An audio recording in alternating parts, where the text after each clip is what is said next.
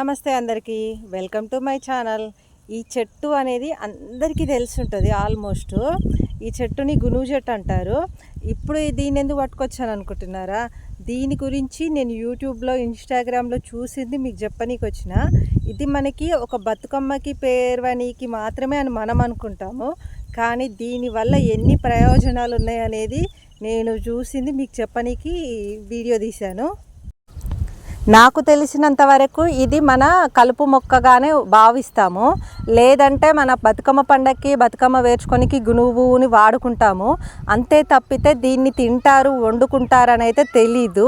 కానీ కొన్ని సైడ్లు వండుకొని తింటారనేసి ఈ మధ్యలో వీడియోలో చూశాను.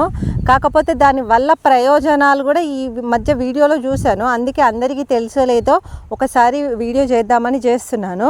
మీ సైడ్ కనుక దీన్ని తింటే కామెంట్ చేయండి ఖచ్చితంగా. కానీ దీంట్లో పోషక విలువలు, ఔషధ గుణాలు అనేది చాలా ఉంటుందంట.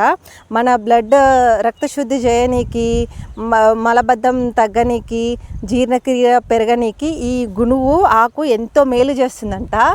దీని అలవాటు ఉన్న వాళ్ళు ఎప్పుడు తిన్నా పర్లేదంట. అలవాటు లేని వాళ్ళు మాత్రం ఈ లేత గునుగు ఆకును మన పప్పులా కానీ, మన ఆకుకూరలు ఎట్లా వండుకుంటామో అట్లా కానీ వండుకొని వారానికి ఒకసారి తినాలంట. తింటే చాలా హెల్త్కి మంచిదని నేను వీడియోస్లో